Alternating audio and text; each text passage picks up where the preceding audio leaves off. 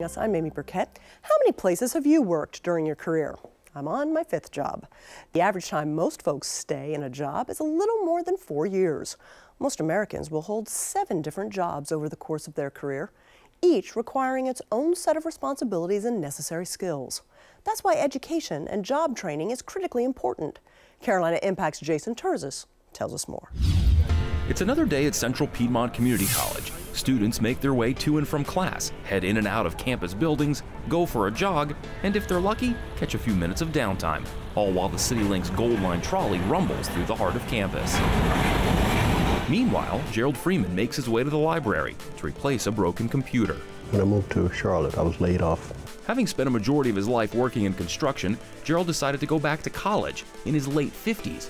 He's one of a growing number of people who's made the decision to go back to school. I think I'm always going to be learning. I think life is a process where you learn as you go along. This former Marine earned his first degree in social work. Jobs were few and far between. He then spent years working in construction. But then 3 years ago, he was dealt a devastating blow. I had a stroke. A stroke that left him with limited movement on his right side and required lots of physical therapy. So basically, I couldn't work at the time. As his body slowly healed, Gerald knew his days in construction were over. He also knew it was time to reinvent himself. Change is constant. Change is always going to happen. He took advantage of a military stipend and enrolled at CPCC, earning associate's degrees in network administration and network technologies. While interning at the college's help desk, he was offered a job in the IT department. At 61, he's now taking online classes at East Carolina University, working towards a Bachelor of Science degree in industrial technology. I honestly like to learn. Gerald's story is unique, but he also represents a growing segment of the population, people going back to school at later stages of life.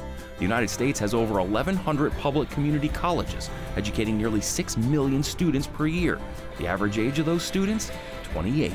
Community colleges serve not only traditional college-age students, but incumbent workers, entrepreneurs, and the and underemployed. Their curriculum and their classes are just as good, if not better in some cases, than some universities. The main goal at Central Piedmont is to be the nation's leader in workforce development. And in today's ever-changing workplace, there needs to be an ever-changing workforce. Whether you're a PhD engineer or you're a computer programmer, you're going to have to be constantly retrained. During a recent visit to CPCC's main campus, Vice President Joe Biden spoke about today's changing technology and its effects on the workforce. For example, we need 500,000 IT jobs right now. Right this minute. We need 1.3 million IT jobs by the end of the decade. With major needs for jobs in technology, nursing, and other fields, Biden spoke about the increasing value community colleges play in today's changing society. Community colleges are the gateways not only to an immediate job and careers, but also to four-year universities and beyond. Biden says there are 2 things America needs to invest in to keep the economy moving: infrastructure and education. Any nation that out-educates us is going to out-compete us. He says that in the 21st century, 12 years of free public education is no longer enough to achieve middle-class status. That's why the Obama administration continues to push for free community college. So our plan is simple and straightforward. If you have good grades, earn your way in, you get to go to community college for free, but only a community college that is quality like this one. Schools have to show a track record of graduating students and placing them actually into jobs. It'll increase the number of students attending community college from 6 million to 13 million students per year. But opponents say the cost to subsidize free community college would be an estimated $6 billion a year, something a country already trillions of dollars in debt simply can't afford. My Lord, you big spending Democrat, there you go again, right? But Biden says the government would easily have that money simply by eliminating tax loopholes. Well, folks, there's $1.3 billion in tax loopholes in the tax code. So eliminate that one tax loophole, for example, you can pay for all community college free, and you can cut the deficit by another $11 billion a year.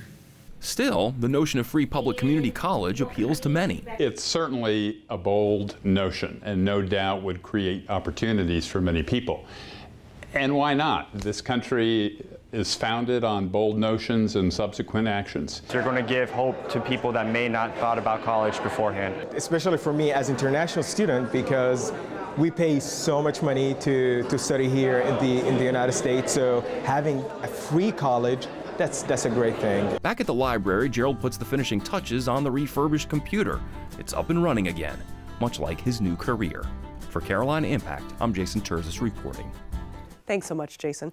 People all across the country are raving about